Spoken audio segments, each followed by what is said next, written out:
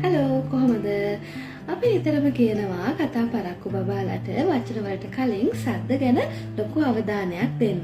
එහෙම නැත්නම් සද්ද ගැන වැඩ කරන්න කියලා. ඇයි අපි සද්ද ගැන මෙච්චර වද වෙන්නේ?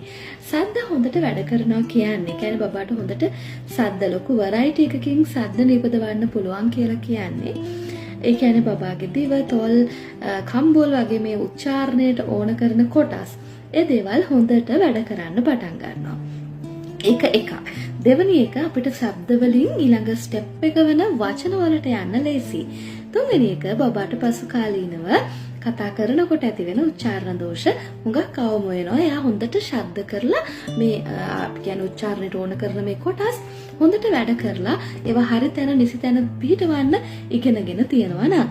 ඉතින් අපිට ශබ්ද වලට වැඩ කරනකොට මොනවද යොදා ගන්න පුළුවන්?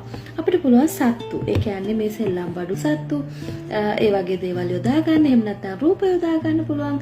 එතකොට වාහන යොදා ගන්න පුළුවන් අපිට.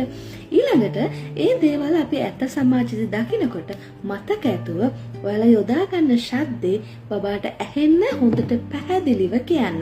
ඒ කියන්නේ අපි කාර් එකට පීප් පීප් යොදා ගන්නවා නම් ඇත්ත ජීවිතේ අපි කාර් එකක් දකිනකොට හොඳට ශබ්ද නගලා පීප් පීප් අන්න එහෙම කියන්න ඕනේ.